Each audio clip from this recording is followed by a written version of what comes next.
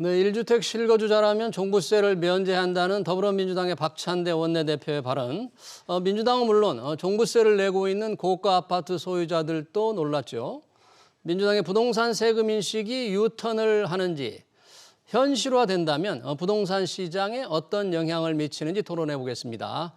세금 전문가죠. 김우철 서울시립대 세무학과 교수와 부동산 전문가 이상우 인베이드 투자자문 대표 모셨습니다. 두 분 어서 오세요. 예, 안녕하세요. 반갑습니다. 자, 이 민주당의 박찬대 원내대표가 쏘아올린 공입니다. 1주택 실거주자라면 종부세를 면제하자. 아무리 비싸더라도. 자, 이 발언 어떤 의미가 있을 건지 김우철 교수님, 이 발언 들으시고 어떤 생각이 드셨습니까? 네, 그동안 종부세에 대해서 논란이 많았고 새 정부 들어와서 부분적인 완화 정책이 있었는데 이번에 야당 발로 종부세의 뼈대를 사실상 흔들 수 있는 큰 정책이 하나 제안이 됐습니다. 기본적으로 고가의 1주택자를 보유하고 있는 중산층에 대한 세부담을 많이 완화해 주는 효과가 있겠고요. 반면 여기서 제외되는 다주택자들은 형평성 차원에서 문제 제기를 할 것 같습니다. 불만이 이제 생길 수밖에 없죠. 네. 기본적으로 종부세의 성격이 그동안 고가 주택에 대한 과세였는데 이제는 다주택자에 대한 과세로 전환하는 의미가 있겠고요. 네. 이렇게 되면 이제 실거주가 아닌 주택 보유는 특히 다주택자가 거주하지 않으면서 이렇게 갖고 있게 되면 이건 이제 투기로 간주해서 종부세의 주요 타겟이 된다. 이런 이제 상징성이 있겠습니다. 네, 그러니까 1주택자는 세금이 이제 사실 된다면 현실화 된다면 비과세 되는 거죠. 그 민주당이 뭔가 방향이 바뀌는 건지 상당히 들어보지 못한 얘기 아니겠습니까? 네, 민주당 그동안 안에서. 공개화되지 않은 최초의 이제 언급이 되겠습니다. 네. 이상우 대표는 어떻게 들으셨습니까? 예, 부동산 전문가로서 이런 원내대표의 발언 어떻게 보세요? 그러니까 규모의 문제가 아니라 이제 한 채만 갖고 있어도 금액에 상관없이 실거주를 한다면 그 면세를 해준다는 그 계획은 이제까지 계속 이어져 왔던 정책과 맥을 다 있습니다. 뭐냐면 다주택자는 이제 절대 악인 거고 1주택자는 절대선인 거죠. 1주택자 절대선, 다주택자 절대악의 싸움이 문재인 정부뿐만 아니라 이번 윤석열 정부 초반에도 계속 유지가 되어 왔기 때문에 지금 등록주택임대 사업자 같은 경우가 연장이 안 되고 자동 말소되는 일들이 계속 벌어지는 것도 그것의 일환이라고 보고 있는데 거의 등록 임대주택 사업자들. 네, 지금 연장 안 돼가지고 계속 말소되고 있는 분들이 굉장히 많거든요. 기간이 다 끝나가지고. 그러니까 아파트는 지금 그 제도가 살아나지 못했고 비아파트 부분은 다시 살아나는 걸로 됐는데 그런 것들이 이제 이번 이 민주당에서 나왔던 그 얘기가 거의 활용점정인 것 같아요. 1주택자는 무조건 절대선이니까 금액과 상관없이 비과세를 한다. 실거주를 해야 된다는 전제 조건이 있지만 그러면은 다 모두가 다주택 할 필요가 없이 그냥 내가 할 수 있는 경제력 상황 안에서 제일 좋은 데 들어가서 살면 세금 부담이 사라지잖아요. 그렇죠. 그러니까 우리 집에 있는 자산들을 잘 팔아서 그냥 제일 좋은 대로 실입주를 하는 게 세금적으로도 제일 유리할 거고 삶에서도 훨씬 더 좋겠죠. 왜냐하면 나의 주거지가 더 높은 데로 옮겨질 테니까요. 예. 그런 문제가 있을 수 있고 그런 상황이 생길 수가 있다.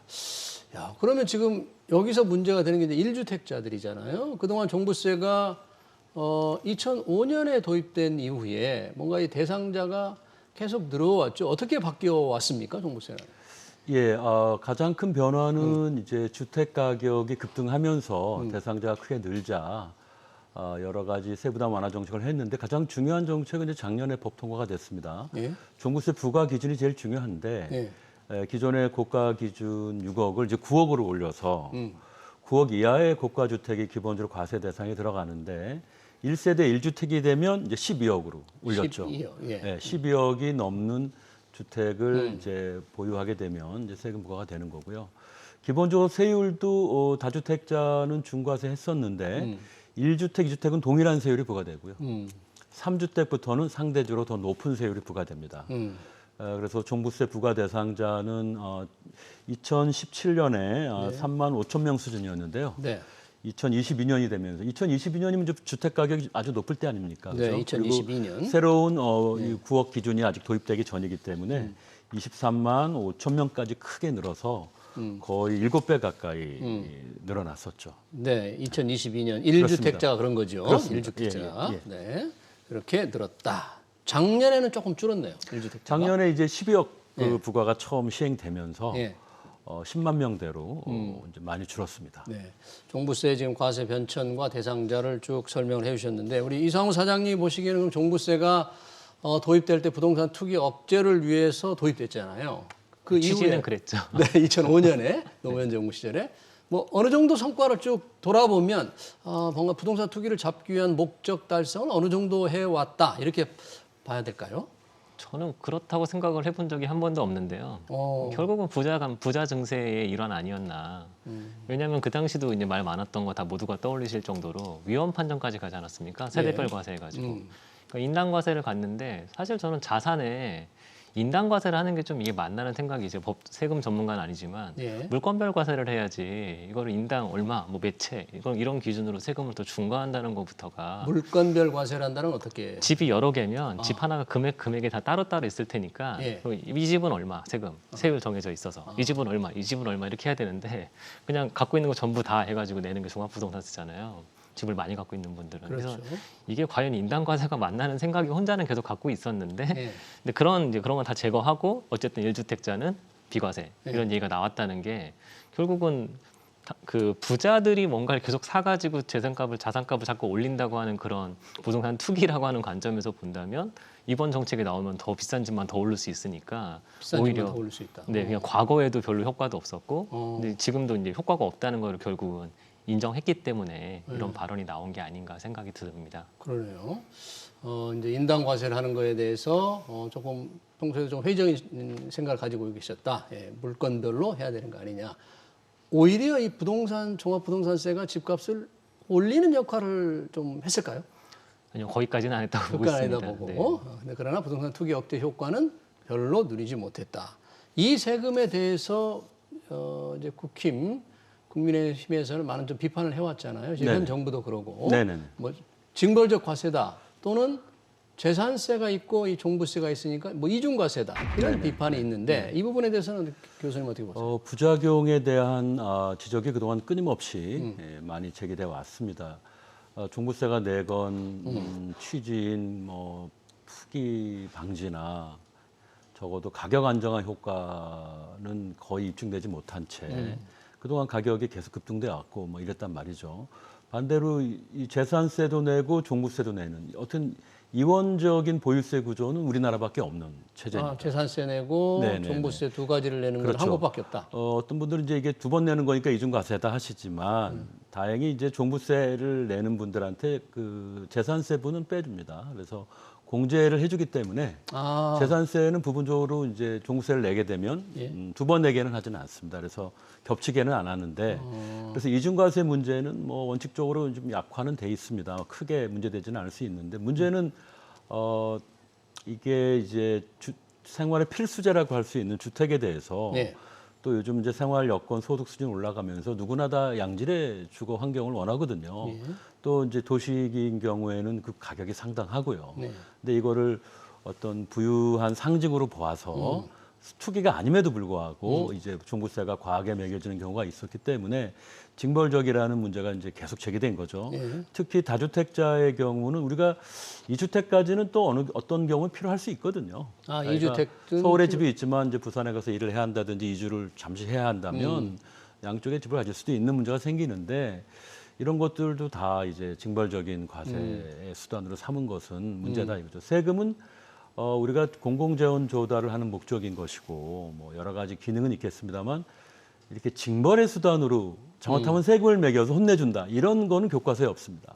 그래요. 전 세계 어디에도 과세의 원칙에 뭔가 사회에 일탈행위를 하면 세금으로 다스린다 이런 건 없습니다. 근데 이제 마치 투기를 그런 걸로 간주하고 다주택자가 이제 그 대상에 든다 해서 비난의 목소리 있었지만 이거를 세금으로 다스리는 것은 전혀 올바르지가 않고요. 특히 2주택자 최고 세율이 한 1.2%가 넘고요. 3주택자 최고 세율은 이제 5%인데 보유세 세율이 이렇게 3% 5% 하는 나라는 없습니다. 이건 뭐 과한 징벌이죠. 징벌적 세금으로 본다. 이 종부세는. 네네. 그런데 이런 세금을 징벌적으로 쓰는 나라는 없고 없다. 또 저희들이 가르치기도 하고 배운 바에 따르면 조세의 기능 중에 이렇게 사회적으로 비난받을 사람들을 세금으로 혼내준다. 우리 이제 그런 것들 자연스럽게 좀 보는 시각이 일부 있는데 이건 전혀 맞지 않는 비합리적인 시각인 겁니다. 세금은 신성한 것이고 우리 공동체를 유지하기 위해서 십시일반 내는 것이지 혼내줄 때 세금을 망창 매겨서 혼내줘라 이런 건 없다는 거죠. 더욱이 그게 이렇게 투기 방지나 가격 안정화라는 긍정적 효과를 목표로 했지만 그동안 뭐 계속해서 가격은 급등해왔고 결국 수요 공급의 문제인데 세금으로만 이것을 다스리려고 하는 거는 대단히 잘못된 발상임이 적어도 지난 4, 5년간에는 입증이 됐다고 봐야죠. 지금 이런 1주택자에 대해서 이런 조치가 나오는 것은 누구나 좋은 집을 원하고 있고 주택 하나는 필수적인 것이다. 이런 이제 배경이 좀 있다고 봐야죠. 세금을 벌금으로 뭔가 쓰는 것은 우리밖에 없다. 세금의 이론에도 어긋난다. 부동산 투자 판단에서 종부세라든지 세금이 어느 정도 영향을 미칠까요? 여쭤봤나요? 매우 중요합니다. 왜냐하면 하나를 사서 많이 벌지, 예. 많이 사서 조금씩 벌지만 합쳐서 많이 벌지 이런 결정을 하는데 세금은 절대적으로 영향을 주고 있기 때문에 예. 이제 세금 제도가 어떻게 변하느냐에 따라서 부동산 시장에 영향을 미칠 건 굉장하죠. 예. 그래서 오히려 다주택을 용인했을 때가 특정 지역만 확 올라가는 옛날 노무현 정부 때 버블세븐 가듯이 세상에서 인기 있는 지역만 확 가는 이런 일이 벌어지는 것들을 좀 막는 효과가 있는 순기능 효과가 있지 않나라는 생각을 저는 조금 가지고 있거든요. 그러니까 다주택자에 대해서 너무 무거운 세금을 안 물리는 것이 네, 안 물리는 것이 왜냐하면 다주택자는 어디가 많이 오를지를 보고 조금 올라도 투자금에 따라서 나오는 리턴, 그러니까 수익률을 보고 접근을 하게 되기 때문에 특정 지역에만 수요가 몰리진 않는다는 거죠. 근데 이렇게 1주택자에만 어떤 이런 단서가 붙은 상태에서 투자를 진행하게 되면은 누구나 모두가 원하는 지역에 그런 것들만 사게 돼 있습니다. 그러면 저절로 시장이 양극화되죠. 그래서 이런 부작용이 저는 더 크다라고 생각을 합니다. 이렇게 이런 세금을 해서 한 주택자에 너무 이렇게 초점을 맞추면 안 되겠다. 다주택자에 대해서 지금 종부세는 사실 다주택자에 대해서 제일 무거운 세금이라고 할 수 있는데 그렇죠? 네. 이런 세금은 뭔가 이게 한쪽으로 쏠리게 만드는 문제가 있다. 그래서 시장이 상당히 편향됩니다. 편향될 수가 있다 그런 얘기죠. 그런데 만약에 이 민주당의 이제 원내대표가 이걸 해서 문제를 제기했잖아요. 이렇게 하겠다고 그러잖아요. 원래 민주당도 조금 이 종부세를 완화하려는 생각이 있는 겁니까 지금? 민주당 전체 당론이나 이런 게? 뭐 내부적으로 여러 이견이 있었을 겁니다만 그동안 이 문제가 여야 간에 워낙 첨예하게 대립하다 보니까 일사불란한 목소리를 위해서 그동안 좀 자제되어 온 여러 목소리가 있었을 거라고 봅니다. 그래서 주택인 이제 1주택자는 필수적으로 다 누구나 원하는 거니까 거기에 대해서 중과세하는 건 옳지 않다는 시각 정도는 기존에도 있었을 것이다. 이번에 이제 선거 후에 민주당이 여러 가지 일신하는 단계에서 그런 어떻게 보면 합리성이 있는 목소리를 좀 원내대표가 대변하고 일단 여론의 반응을 현재 보는 게 아닐까 싶습니다. 지금 이제 당론으로 공식화되지는 않았어요. 정책위 의장도 이게 당론은 아니다. 원내대표 얘기다 하니까 이제 저희가 뭐 확정된 상태로 얘기하는 건 아닌데 일단 원내대표 뭔가 원내대표라는 게 굉장히 중요한 자리니까 그분이 이렇게 해서 만약에 그대로 현실화된다면 2주택자들은 어떻게 되는 겁니까? 2주택자, 3주택자들은 종부세가 이제 남아있게 되잖아요. 그런 분들과의 이 형평 문제가 보통 심각하지 않을 것 같아요. 어떻게 될까요, 이게? 됐다는 가정을 하고서 됐다는 가정으로 얘기한다면 제가 이건 장난코 말씀드리는데 다주택자들은 다 파실 겁니다. 다주택자들은? 왜냐하면 다주택자들이 다 내가 살고 있는 집과 똑같은 레벨의 같은 집을 여러 채 갖고 있는 게 아니라 일단 본인은 그중에서 제일 좋은 집에 거주는 하실 거잖아요. 네. 자기가 제일 나쁜 집에 살고 좋은 집만 갖고 있는 거꾸로 돼 있는 구조는 없으실 테니까 내가 사는 집이 제일 좋고 임대 놓고 있는 집들은 조금 나쁜 집들일 텐데 두 채, 세 채 갖고 있다고 생각한다면? 근데 이 두 채, 세 채 때문에 내가 내 집이 종부세가 나오는 거를 감당하기는 기분이 안 좋잖아요. 그럼 이것들 살짝 팔아서 내가 1주택 실거주를 하는 순간 세금 부담에서 자유로워지는데 여기서 판 돈 모아가지고 더 좋은 데로 이사 가시면 또 세금 안 내잖아요. 이런 일들이 벌어지면 자연스럽게 시장에 다주택자는 존재하지 않게 되겠죠. 근데 다주택자가 존재하지 않으면 정말 큰 문제는 아까 교수님께서 말씀하셨지만 잠깐 어디로 이사 가야 될 일이 있는데 영원히 가는 게 아니라 뭐 2년, 4년 이렇게 가야 될 때 집을 못 구합니다. 누가 임대를 줘요? 임대할 사람이 없으니까. 그러니까 어디 가서 전세로 살든 월세로 살든 이럴 방법이 사라져서 그럼 결국은 또 을밀교자먹기로 집을 사던가 그러니까 2주택을 가던가 아니면 내 집을 팔고 가야 돼요. 그럼 이거는 괜한 일을 또 하게 만드는 거잖아요. 예. 다시 돌아올 건데 예. 그 4년 동안, 2년 동안조차도 내가 들어가 살 집을 임대로 구할 수가 없게 되니까 어. 이런 좀 사회적으로 얼마나 좀 곤란한 일들이 마구 벌어질지를 예상을 해보신다면 다주택자를 규제하는 일들이 얼마나 시장에 문제가 생길 거냐를 모두가 다 알 수 있는데 지금까지는 왜 안 했느냐, 오히려 이런 거꾸로 얘기가 나올 수밖에 없죠. 그러니까 임대 시장에 큰 병목 현상이 좀 생기는 거네요. 네, 실제로. 그러면 결론은 또 매매가로 영향을 줍니다. 왜냐하면 지금 임대로 사시는, 임차로 사시는 분들은 임차로 살 방법이 없어지잖아요, 앞으로. 네, 네. 그럼 어떻게든 집을 사셔야 되는 거고, 음. 그럼 대출 받아서 사시는 수밖에 없죠. 돈이 모자라시면은 이게 과연 올바른지는 잘 모르겠습니다. 그럼 좋은 지역에 뭐 똘똘한 한 채 우리가 얘기하는 그런 채만 그런 집만 더 올라간다 이렇게 봐야 돼요. 근데 이제 그렇게 되면 똘똘이 한 채라는 기준이 굉장히 넓어지는 거죠. 왜냐하면 이제까지는 투자 관점에서만 똘똘이 이렇게 봤는데 임차로 살 방법이 사라지니까 어떻게든 1주택 실거주밖에 없으니까요. 네. 그러면 다 1주택자가 되는 수밖에 없지 않겠습니까? 네. 그러면 전반적으로 다 그 똘똘이의 수준이 올라가겠죠.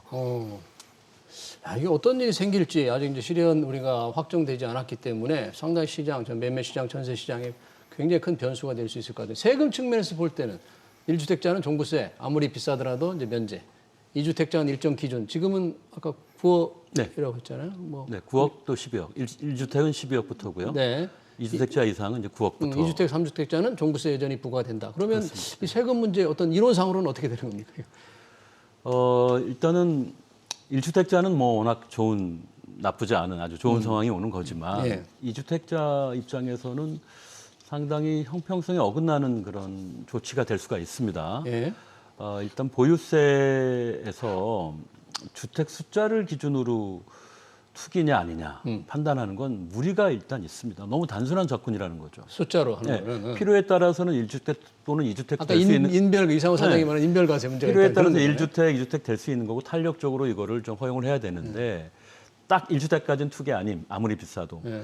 2주택부터는 어쩔 수 없으면 투기임 이렇게 되면 너무 경직적이고 네. 판단이 이렇게 단순해서 과세를 그렇게 하면 좀 합리성을 잃을 수 있죠. 예. 보유세의 경우 형평성을 판단하는 기준은 예. 조금 다릅니다. 소득세나 이런 것하고는. 어. 보유세의 경우는 내 자산 가치가 이런 공공 서비스나 공공재 지방 정부들이 투입하는 이런 그런 효과로 인해서 집값이 올라가는 거거든요. 교육 여건, 교통 여건, 의료 여건 등등이 다 그런 거 아니겠습니까? 아무래도 좋은 지자체의 네. 좋은 지역이고 집값이 올라가는 거죠. 다 공공재원의 투입으로 우리 부동산 가격이 올라가니까 당신이 그 높은 가치의 부동산을 갖게 된 거는 그만큼 편익을 받은 거다. 예. 따라서 그 편익에 비례하는 만큼 세금으로 내야 된다. 그게 보유세의 기초 원리입니다. 보유세. 지방 정부의 많은 서비스로 인해서 집값이 올라가는 거다. 그러니까 일정 부분은 세금으로 낸다. 그게 보유세고요. 이걸 편익과세라고 합니다. 예. 근데 이거는 10억이든 20억이든 30억이든 동일하게 효과를 보는 거거든요. 집값에 비례해서. 예. 그래서 보유세의 큰 원칙은 편익과세고 그 대표 구체적인 정책의 어떤 형태는 단일세율입니다. 단일세율. 단일세율. 예, 단일세율. 아, 금액에 따른 차등이 아니라. 부동산 값에 비례해서 예. 딱 세율 하나로 족하고 예. 그 세율로만 이제 내는 거예요. 그러니까 10억이면 예를 들어서 20억의 절반만 내면 되는 거고 30억은 이제 10억만 내면 3배를 내야 되는 거죠. 10억에. 이게 이런 편익과세 원칙에 따라서 국제적으로는 거의 예외 없이 모든 나라가 다 단일세율을 갖고 있습니다. 아, 그래요. 보유세가. 그러니까 우리의 경우는 보유세를 능력과세 원칙으로 혼돈을 해서 능력이 있는 거니까 더 내야 된다 해서 우리는 누진세율을 하는 건데 이거는 편익과세 원칙에도 맞지 않고 국제 이런 표준에 어긋나는 거죠. 예. 네, 그래서 형평성에서 그러면은 예를 들어서 1주택이지만 50억이다. 막 그 정도는 50억 가지 않겠습니까? 네. 그런데 내가 뭐 비수도권에 그래도 9억 이상인 뭐 대구 지역에서 예를 들어서 15억짜리를 2개 갖고 있다. 예. 30억밖에 안 되죠. 예. 그렇지만 세금은 여기다가 지금 매긴다는 거 아닙니까? 네, 1주택 50억이면 안 매기고 안 매긴 폐지한다면? 2주택 합쳐서 10억, 10억, 30억은 매기고 하면 이 참겠습니까 이분들이? 이게 잘못된 세금이라고 당연히 항변할 수 있고 네. 근데 이런 항변이 틀렸다고 할 수가 없는 게 아까 말씀드린 것처럼 네. 보유세의 과세 원칙은 편익과세고 단일세율이 원칙이니까 이렇게 주택 보유 채수를 갖고 투기냐 아니냐 임의적으로 판단하고 세금을 다주택자 쪽으로만 집중하면 이건 저희가 이론적으로 봐도 형평하지 않은 조치가 되는 거죠. 형평의 문제가 많아서 그렇습니다. 예. 아까 말한 1주택 아닌 분들은 정말 이제 불형평성 문제에 대한 큰 제기를 할 것 같은데 아까 시장의 영향을 말씀하셨는데 아직 이제 확정이 안 됐기 때문에 영향을 우리가 이제 예상을 해보는 거잖아요. 네. 특히 임대주택에서 문제가 될 수 있을 것 같고 1주택자 아까 이제 이 좋은 한 채, 뭐 똘똘한 한 채의 기준이 넓어질 것 같다 그러는데 저 비싼 아파트, 아주 더 비싼 아파트만 더 많이 오르는 그런 상황이 안 될까요? 그거는 더 강화될 건데 이미 지금도 그래요. 지금도. 네. 그러니까 지난 2년간의 정책에 대한 영향으로 정책이 좀 약간 영향이 있다는 거죠. 지난 2년간. 네, 이번 정부 정책조차도 다주택자를 완화해주는 일은 절대 하지 않았기 때문에 지금 임대차 시장이 생각보다 빠르게 올라가고 있거든요. 지금 가뜩이나 전월세 시장이 불안한데 여기서 1주택에다가 이제 비과세를 거는 순간 완전 사람들이 좋아하는 뭐 30억 이상 주택, 50억 이상 주택 뭐 이런 게 올라간다는 얘기에 이견이 있다는 게 아니라 일반적으로 웬만한 사람들도 뭐 5억짜리 주택, 10억짜리 주택 이런 데도 수요가 다 있는데 지금은 이건 좀 덜 오를 것 같으니 비싼 데에다가 투자를 하고 나는 무주택을 해야 되겠다. 딴 데 살아야 되겠다. 임차로 살아야 되겠다 생각하시는 분이 분명히 존재할 텐데 이 방법이 안 된다는 거죠. 아까 임대차를 놓을 사람이 없으니까. 그러면 내가 아무리 투자 목적으로만 접근하려고 해도 일단 당장 실거주를 못 구하니까 똘똘이 주택이 아니더라도 그러면 한 절반 정도 똘똘하다 하더라도 내가 거기 들어가 살아야 된다면 그런 집들까지도 다 영향을 주는 거고 그럼 남는 거는 뭐냐면 도시가 어느 정도 형성이 돼서 유지가 될 수 있는 정도가 되면 거기에 거주하는 방법은 내가 사서 들어가는 수밖에 없으니까 그런 도시들은 올라가겠죠. 나머지 지역들은 정말 그 영향이 이루 말할 수가 없는 게 수요 자체가 없을 거기 때문에 지금 있는 거 파는 거는 당연한 거고 그 다음에 사줄 사람은 정말 없겠죠. 그 부동산 시장에 뭔가 이게 큰 어마어마한 변화가 이제 생길 수 있다는 네. 그런 건데 이 정부 들어서 다주택자에 대해서 조금 그 양도세 이런 걸 조금 완화하는 정책을 하지 않았습니까? 다주택자를 완화한 적이 없습니다. 이 정부 들어서도 2주택 정도는이라고 했었고 2주택자. 네, 그리고 작년에 취득세 2주택 살 때 약간 소급 적용해 준다고 했던 것들도 이번에 이제 총선이 결과가 이번 정부에는 약간 부정적이기 때문에 통과될 것 같지 않은 거죠. 그때도 통과가 안 됐었잖아요. 네, 식세 완화도. 네. 그러니까 다주택자에 대해서 어떤 세금 완화가 지금 실현이 되지 않았다. 정부가 약속을 하고 법이 통과가 되지 않았다 그러는데 그러면 일단 원내대표의 그 취지 실거주자라면 뭔가 이 종부세라는 무거운 세금을 물리면 좀 안 좋겠다는 이런 취지 있잖아요. 이런 취지를 좀 살리면서 뭔가 이 종부세를 개편해야 된다면 어떤 방향이 있을까요? 그게 참 쉽지는 않습니다만 일단은 지금 다주택자의 불만을 조금이라도 누그러뜨리기 위해서라면 1주택자 실거주는 이제 비과세함에 따라 다주택자는 너무 형평성 기울어지잖아요. 그러니까 다주택자도 집 한 채는 있어야 되는 거잖아요. 그것 한 채 있는 것까지도 지금 투기라고는 못하는 거니까 그렇죠. 다주택자다이라 하더라도 현재 보유하고 있는 주택의 그러니까 메인 하우스가 되겠죠. 네, 현재 사고 주 주택에 대해서는 공부세 과세 대상에서 1주택자와 마찬가지로 빼주게 되면 다주택자의 경우에도 조금 불만을 이제 누그러뜨릴 수는 있을 겁니다. 예. 네네. 이제 결국 이렇게 되면 종부세는 그럼 왜 매기느냐? 종부세는 왜 남아 있는 거냐?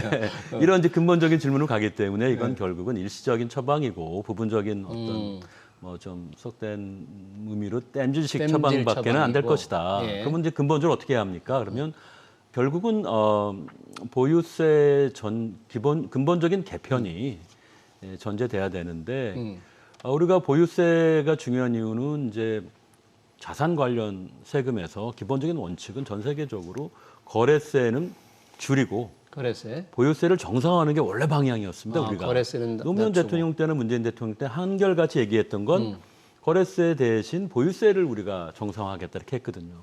근데 거래세 안 폐지됐습니다.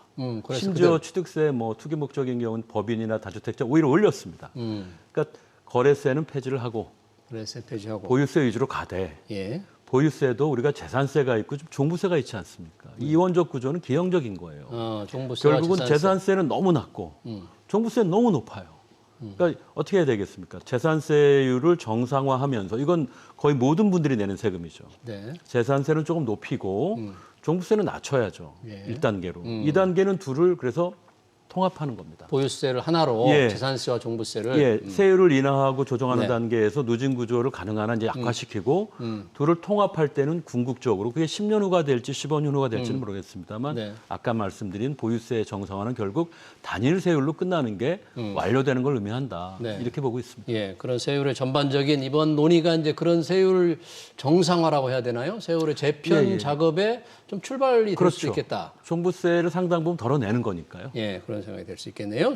종부세 개편의 방침을 들어봤고요. 우리 이상호 사장님 오셨으니까 부동산 시장 동향도 좀 묻고 싶습니다. 지금 전체적으로 뭐 어떻게 지금 우리 상황이 지금 한국 부동산원 통계 보니까 서울 아파트 값은 7주 연속 상승했다는데 부동산 시장 뭐 회복세가 본격화된다고 봐야 됩니까? 아니요. 아니에요? 네. 어떻게 봐야 돼요? 체감 온도가 지역별로 너무 달라서 예. 지금 뭐 아까 서울 말씀하시지만 서울은 반등한 지 조금 나왔어요. 그리고 KB 부동산 기준으로도 월간 기준 4월 달은 상승 전환했거든요. 예. 그러니까 지금 각 기관이 약간 숫자가 조금씩 다르긴 하지만 예. 서울 기준으로 전환됐다는 거 플러스 전환됐다는 게 중요합니다만 서울 내에서도 현재 약간 좀 저렴하다고 생각이 되는 뭐 노원, 도봉, 강북이라거나 금천, 관악, 구로라거나 이런 데서는 아직 상승 전환도 못 하고 있어요. 그러니까 지금 전체 평균 숫자가 플러스 됐는데 어디는 아직 계속 마이너스라는 거는 어딘가가 더 많이 플러스가 나고 있다는 얘기랑 똑같은 뜻 아니겠습니까? 그렇죠. 그래서 이런 현상이 앞으로 더 가속화된다. 아마 시장 참여자들은 거의 대부분 동의하고 계실 겁니다. 똘똘이라는 그 개념이 사람들 머릿속에 다 박혔다는 거죠. 뭐 양극화 이런 거요? 네, 어느 정도 돼야 어느 정도 금액 이상 되고 상품성이 어느 정도 돼야 이것만 오를 수 있다. 왜냐하면 여기가 1주택 실거주하기 좋은 동네니까. 지난 2년 윤석열 정부 2년 동안도 부동산 시장은 무조건 실거주하기 좋은 것들 위주로만 반등이 나왔어요.